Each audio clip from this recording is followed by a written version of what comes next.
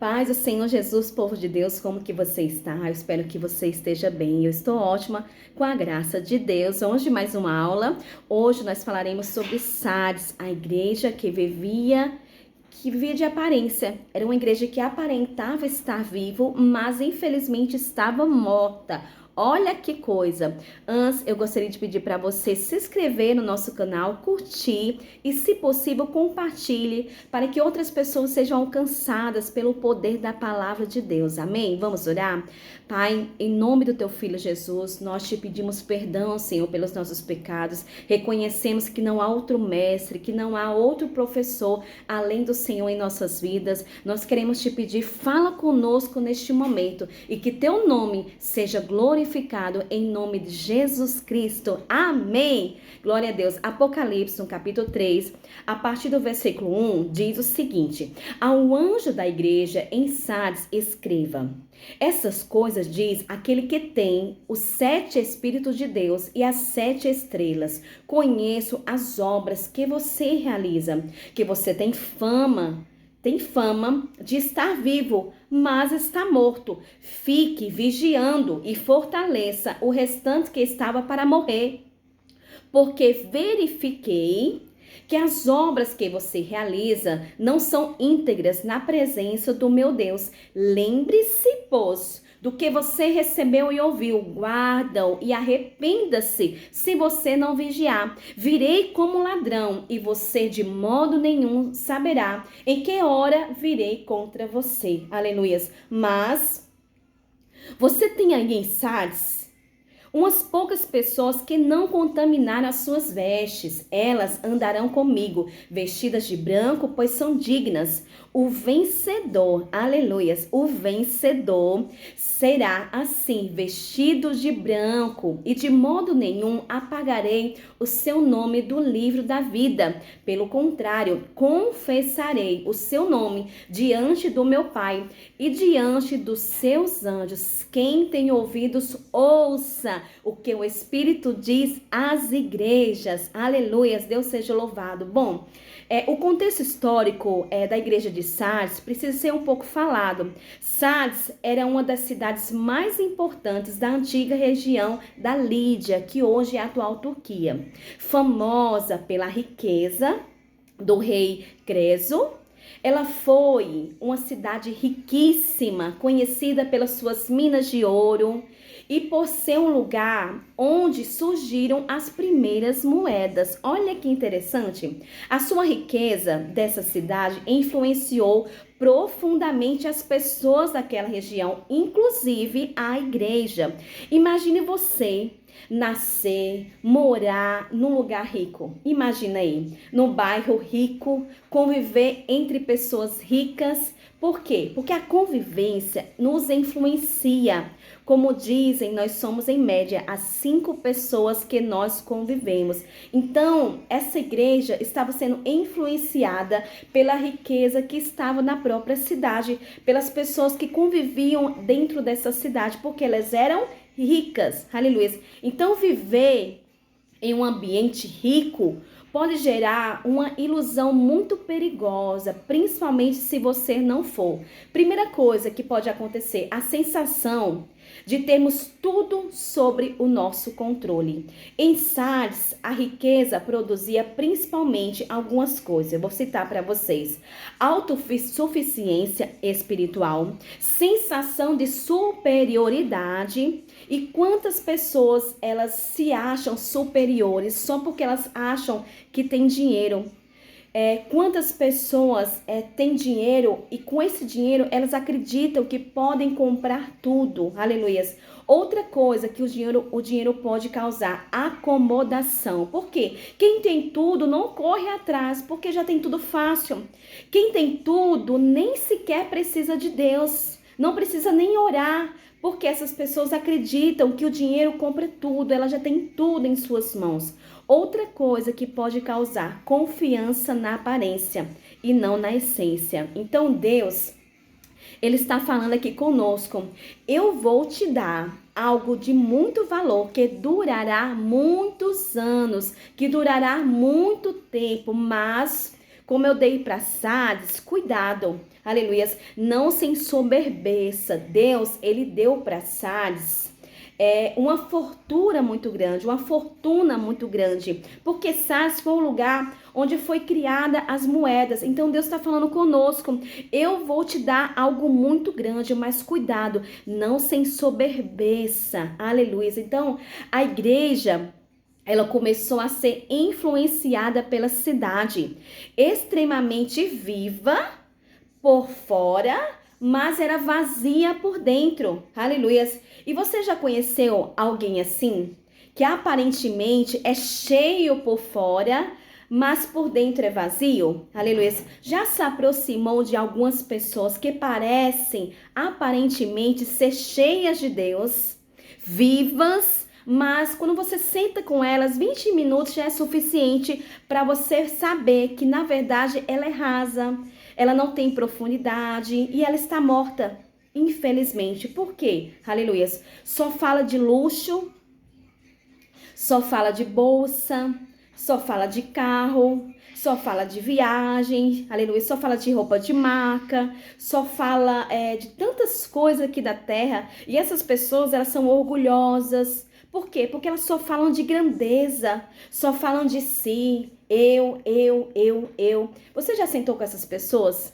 Já sentou com essas pessoas? Quem fala de coisas da terra só fala, na verdade, que está cheio de quê? Dessas coisas da terra. Quem enche a boca só para falar das coisas da terra só mostra que essa pessoa só tem coisas da terra. Não tem nada do céu dentro dela, é só coisa da terra. Então a Bíblia, ela não condena a riqueza em si. Não condena, mas a Bíblia nos alerta sobre o perigo de nós colocarmos o nosso coração, que o nosso coração esteja ligada à riqueza. Lá em Mateus, no capítulo 6, no versículo 21, diz: onde está o teu tesouro, aí está também o teu coração. Então o nosso tesouro não está aqui na terra. O meu tesouro não está aqui na terra. O meu tesouro está no céu. O teu tesouro não está aqui na terra. O teu tesouro está no céu. É tanto que a Nova Jerusalém, as coisas que hoje aqui na terra têm valor, como ouro, como pedras preciosas, lá em Jerusalém, estará, por exemplo, debaixo dos nossos pés, mostrando que o nosso valor não está nessas coisas, mas que o nosso valor está na presença do Senhor, aleluia. Então o valor de Deus é totalmente diferente do nosso valor aqui da terra. O que para nós é valor aqui na terra, como ouro, como prata, como pedras preciosas, lá no céu, para o Senhor, isso não é nada. Porque o Senhor falou assim, que dele é o ouro e dele é a prata. Então, isso tudo pertence ao Senhor, porque Deus é mais poderoso do que qualquer essas coisas. Aleluia. Então, essa mensagem, ela é muito atual para os nossos dias. Hoje, não é só o dinheiro que pode nos influenciar. É uma posição, são seguidores, influência, imagem, e tudo isso pode nos dar o nome de nós estarmos vivos, enquanto por dentro estamos desconectados com Deus. Aleluia. Assim era Sardes. Por isso que Jesus, ele declara: tens o nome de que vive, mas estás morto. Aleluia. Então, às vezes, nós reclamamos que a igreja está morta. Será que é a igreja mesmo que está morta? Ou será que nós que estamos mortos? Ou será que nós estamos frios? Aleluia. Por quê? Se você está viva, você derrama fogo, contagia quem está perto de você. Aleluia. Então, Sardes, ela era uma igreja ativa por fora, mas ela era vazia por dentro.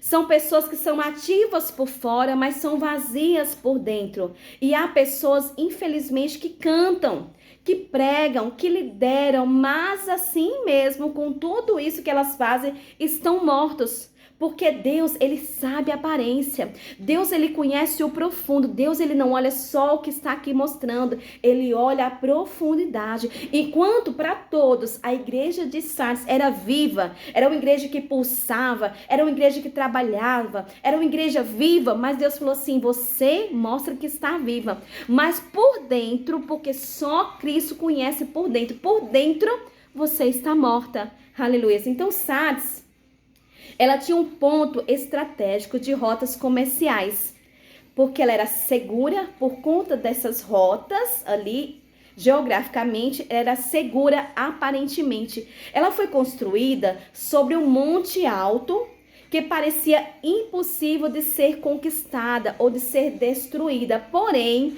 apesar da aparência de segurança, Sardes ela foi invadida 2 vezes pelos persas e depois pelos gregos. Porque os guardas que estavam ali vigiando aquela cidade relaxaram na sua vigilância.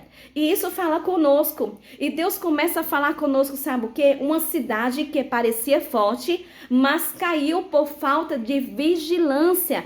Apocalipse 3, no versículo 2 diz: ser vigilante. Aleluias. E o nosso maior problema é a falta de quê? De vigilância. Lá em Mateus, no capítulo 26, a partir do versículo 41, diz: vigiai e orai. Vigiai e orai, para que não entres em tentação. Então, a passagem não está falando o quê? Orai e depois vigiai. A passagem está falando primeiro você vigia e depois você ora. Aleluias. E eu vou me incluir nessa, nós somos bons para orar, mas somos péssimos para vigiarmos. Aleluias. Somos bons para orar. Nós até oramos, mas somos péssimos para nós vigiarmos. Tem pessoas que oram 1 hora por dia. Tem pessoas que oram 2 horas por dia. Tem pessoas que até oram 5 horas por dia. Mas depois dessas orações todas, uma palavra delas quebra todo momento da sua oração, porque ela não vigiou. Aleluia. E às vezes orar muito, mas às vezes até a pessoa ora muito, mas é ignorante, mas é impaciente, é explosiva, é arrogante. Aleluias. Infelizmente, quando essa pessoa faz isso, ela está quebrando tudo aquilo que ela construiu em oração. Então, por isso que o texto está falando, vigiai primeiro e depois orai. Não significa que a oração é menos importante, mas a vigilância, ela protege aquilo que construímos em oração. Quantas pessoas oram por um casamento? Quantas pessoas oram pela família? Senhor, me dá um marido. Senhor, me dá filho, me dá tudo isso. E a gente vai pedindo ao Senhor. Mas quando o Senhor nos entrega, nós perdemos porque nós não vigiamos. Aleluia. Então, sem vigilância, você ora por paz, mas alimenta pensamentos que tiram a tua paz. Sem vigilância, você ora por santidade, mas se expõe ao que te enfraquece. Sem vigilância, você ora por direção, mas ignora os sinais de Deus através de sonhos, através de visões e através de palavra. Ou seja, a oração constrói, mas é a vigilância que preserva a nossa oração. Você está entendendo? E Deus está falando conosco. Vigie primeiro e depois você ora. Vigie primeiro e depois você ora. Lá em Mateus, no capítulo 26, no versículo 36, diz: então chegou Jesus com eles a um lugar chamado Getsemane e disse aos seus discípulos: enquanto vou além orar, e levando consigo Pedro, os 2 filhos de Zebedeu, começou a entristecer-se e a angustiar-se muito. Então eles lhe disse: a minha alma está cheia de tristeza até a morte. Ficai aqui e velai comigo, quer dizer, vigiai comigo. Aleluia. E indo um pouco mais adiante, prostrou-se sobre o seu rosto, orando e dizendo, aqui foi Jesus: meu Pai, se possível, passe de mim esse cálice. Todavia, não seja o que eu quero, mas o que tu queres. E voltando para os seus discípulos, achou eles o quê? Dormindo, adormecidos. E disse a Pedro: então, nem uma hora puseste velar comigo, quer dizer, nem uma hora pudesse vigiar comigo. Jesus, ele foi orar. E Jesus pediu para os seus discípulos fazer o quê? Vigiai. Porque Jesus ia orar. E quando nós oramos, antes de nós orarmos, nós precisamos vigiar. Aleluia. Então, vigiar é cuidar do que você assiste, ouve, pensa, percebe quando algo está te afastando de Deus. Isso é vigiar.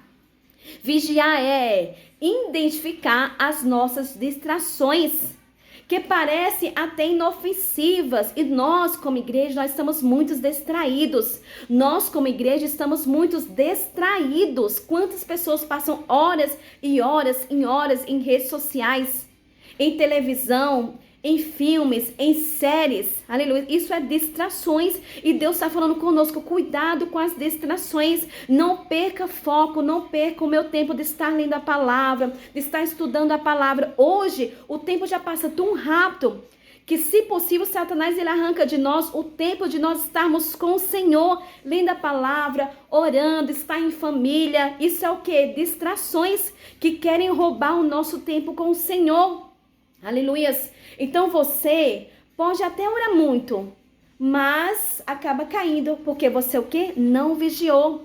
Mas quando você vigia, você evita cair. Quem vigia não pega, não é pego de surpresa. Quem vigia discerne antes que o problema chega. Quem vigia permanece firme. Aleluia. Então Sardes, ela podia enganar muitas pessoas, mas ela não tinha como enganar o Senhor, porque Deus ele conhece a nossa essência. Ela mostrava a sua aparência, mas só Deus conhece a nossa essência. Aí ele diz, continuando aqui o versículo, Apocalipse 3:3. Lembra-te, pois, do que tens recebido e ouvido. Aqui, Jesus ele chama a atenção à igreja, a memória espiritual. Lembra-te, pois, de que tens recebido e ouvido. Que palavra você tem recebido e ouvido? Lembra-te, ou seja, eles até sabiam o caminho do Senhor, mas se afastaram. Quantas pessoas conhecem, têm tantos conhecimentos, mas se perde na prática. A Bíblia diz que não adianta, nós temos que ouvir e praticar. Não somente ouvir, mas praticar. Muitas vezes não é falta de conhecimento, talvez você tenha conhecimento, é falta de prática.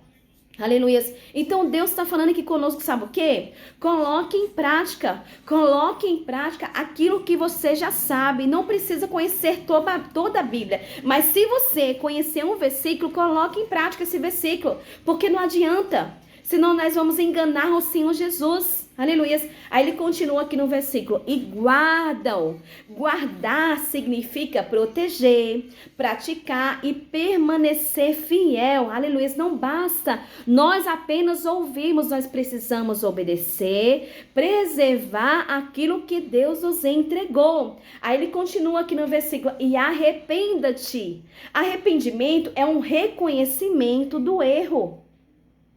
Arrependimento é uma mudança de direção, é uma mudança de postura. O arrependimento, ele gera em nós uma metanoia, mudança de caráter, mudança de rota. Aleluias. Então Sardes, ela tinha a aparência de estar viva, mas ela estava morta. E se não vigiarem, virei sobre ti como um ladrão, e não saberás a que hora sobre ti virei. E eu acho interessante essa passagem, porque o ladrão, ele vem sem avisar, mas Cristo não. Cristo, ele não vai vir sem avisar. Ele não está comparando como um ladrão, ele está falando assim, que para o mundo, Cristo vai vir como um ladrão. As pessoas não vão perceber, mas nós não. Nós somos igreja. Jesus deixou sinais. Deus deixou sinais exatamente para que nós não viemos ser pegos de surpresa como um ladrão. É isso que ele está falando. Sabe por quê? Lá em 1 Tessalonicenses, no capítulo 5, no versículo 1, diz, mas irmãos, acerca dos tempos e das estações, não necessitais de que vos escreva. Quer dizer, você já sabe, vocês são igrejas, você já sabe que eu vou vir. Então vocês não serão pegos como um ladrão, não, a casa de vocês, porque vocês conhecem o tempo e as estações. Aí ele continua no versículo 12, porque vós mesmos sabeis, quer dizer, nós sabemos que Cristo vai voltar, nós sabemos os sinais, nós. Nós sabemos o que está acontecendo no mundo e nós sabemos que Cristo vai voltar. Então nós não seremos pegos de surpresa como ladrão. Não, aleluia. O mundo, ele não sabe.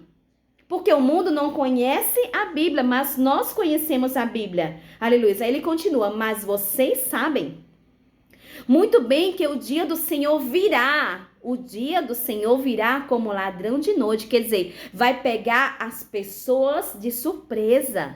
Mas nós não. Sabe por que nós não? Porque ele continua no versículo. Mas vós, irmãos, já não estás em trevas, para que aquele dia vos surpreenda como ladrão. Quer dizer, ele virá como ladrão para o mundo, não para nós, porque nós não estamos na treva, nós estamos na luz e nós sabemos porque Deus deixou sinais. Então nós não seremos pegos como ladrão de surpresa. Aleluia, ele continua aqui. Porque todos vós sois filhos da luz e filhos do dia. Nós não somos da noite, nem das trevas. Não durmamos, pois, como os demais, mas vigiemos e sejamos sóbrios. Aleluia. Aí ele continua. Então é isso que a gente precisa aprender. Jesus, ele não vai vir como um ladrão. Deus não tem parceria com o ladrão. Ladrão é Satanás. O mundo sim vai esperar como um ladrão. Ele vai vir de surpresa, mas nós não. Nós estamos avisados, nós sabemos, Deus deixou sinais para nós. Então a carta de Sardes foi uma carta mais longa que ele escreveu, que o apóstolo João escreveu. Mas com tudo isso, nesta carta há uma esperança. Porque Deus, ele sempre traz esperança para a sua igreja. Sardes estava totalmente perdida, sim, mas ela estava adormecida e assim somos nós. Eu não sei se você está perdida, se você se considera uma pessoa morta, se você se considera uma pessoa fria, se você está distante da presença do Senhor, eu não sei. Mas Deus está trazendo uma palavra de esperança para você. Você está apenas adormecida. E é por isso que o Senhor está trazendo essa palavra para você. Desperta, desperta, ó tu que dormes, levanta dentre os mortos, porque o Senhor vai vir nos buscar. Aí Apocalipse diz, 3:4 diz, tem contudo em Sardes algumas pessoas, quer dizer, no meio daqueles que estavam, que se achavam vivos, que na verdade estavam mortos, no meio dessas pessoas haviam pessoas verdadeiramente vivas. Aleluia. E a pergunta que o Senhor faz para nós é: você está viva ou você está morta? Você está cheia da presença do Senhor ou você está morto? Aleluia. Então Deus, ele sempre preserva as pessoas sinceras nos meio dos mortos. Deus sempre preserva os remanescentes fiéis. Dentro da igreja de Sardes havia pessoas mortas, mas dentro da igreja de Sardes haviam pessoas que estavam vivas. E são essas pessoas que estão vivas que Deus está despertando nesta carta para trazer alerta para aqueles que estavam mortos. Então, se você está viva, se você está cheia da presença do Senhor, então Deus está falando com você. Então você seja a labareda de fogo que vem incendiar aqueles que estão mortos, porque há uma esperança para você, há uma promessa. Deus deixou uma promessa para a igreja de Sardes e a promessa é, no versículo 5, o que vencer será vestido de vestes brancas e de maneira nenhuma, olha a oportunidade, de maneira nenhuma riscarei o seu nome do livro da vida e confessarei o seu nome diante do meu Pai, diante dos seus anjos. Quem tem ouvidos, ouça o que o Espírito diz às igrejas. Aleluia. Então, para nós finalizarmos, para você gravar o que nós aprendemos, primeira coisa que o Senhor falou para a igreja de Sardes: cuidado com a aparência de espiritual, que nem tudo que parece estar vivo está vivo. Segundo, vigilância constante, vigilância constante. A queda espiritual, ela começa quando nós estamos dando descuido, quando nós estamos entrando nas distrações. Terceira coisa, alerta a igreja de Sardes: Deus sempre chama o povo ao arrependimento. Então há uma voz. Se há uma voz de arrependimento, há uma chance para nós. Aleluia. Quarta lição de Sardes: seja A quarta lição de Sardes é: seja parte desse remanescente fiel, seja parte dessa igreja viva no meio dos mortos, seja parte dessa igreja que é cheia no meio daqueles que estão frios e estão mortos. Aleluia. Quinta, para nós finalizarmos, abra a porta para que Jesus diariamente entre na tua vida, porque Deus, ele quer relacionamento e não religiosidade. Aleluia. Então a reflexão final para nós aprendermos aqui é que Deus, ele está procurando igrejas não ricas, mas ele está procurando igrejas vivas. Deus não quer igrejas ricas, Deus quer igrejas vivas. Aleluia. Não é sobre ter, é sobre ser. Aleluia. Não é sobre ter aparência, é sobre ter a presença. Não é sobre ter recursos, é sobre ter relacionamento com Deus. Aleluia.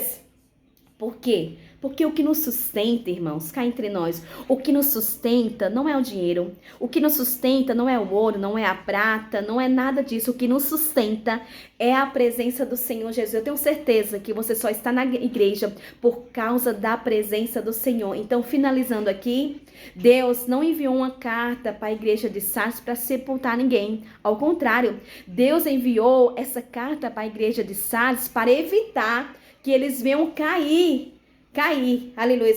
Então Deus enviou uma carta para a igreja de Sardes para avivar. Então se Deus está trazendo uma palavra para você hoje, é porque Deus quer te avivar. Deus quer você cheio da presença do Senhor. O Senhor quer que você seja cheia da presença do Senhor Jesus. Em nome do Senhor Jesus, fique com essa palavra.